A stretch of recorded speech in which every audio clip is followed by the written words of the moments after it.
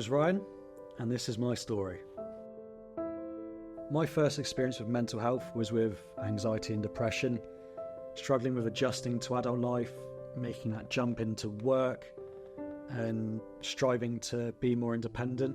From a young age, I always enjoyed helping others, and when leaving school, I studied a public service course in college and had a view of joining the forces to help others across the world travel, and it brought me to joining the RAF.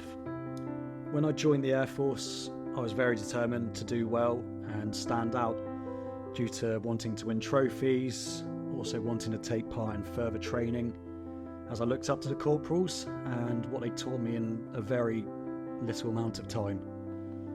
Unfortunately, I was putting a lot of pressure on myself and getting stressed, which caused me to have a maximum of 3 hours of sleep a night, which actually lasted for 10 days. In my manic state, my symptoms were that I was very grandiose, with money ideas, was quite erratic, high levels of elation, increased speed of speech, and decreased need of sleep.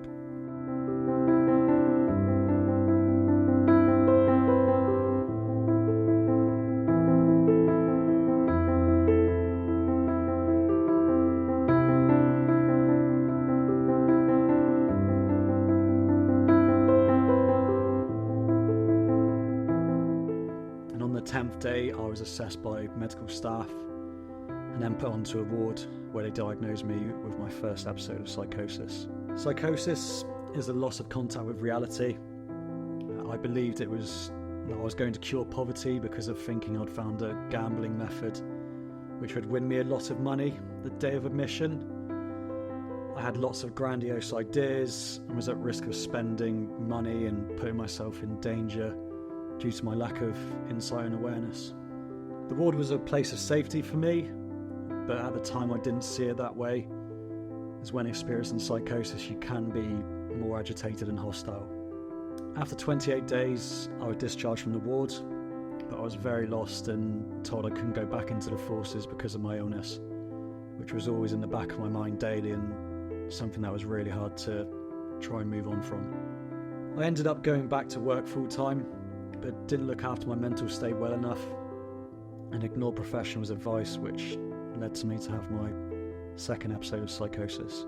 This time my family saw when I started to decline in the build-up, which wasn't just tough for me but tough for them, also which was traumatising for us all.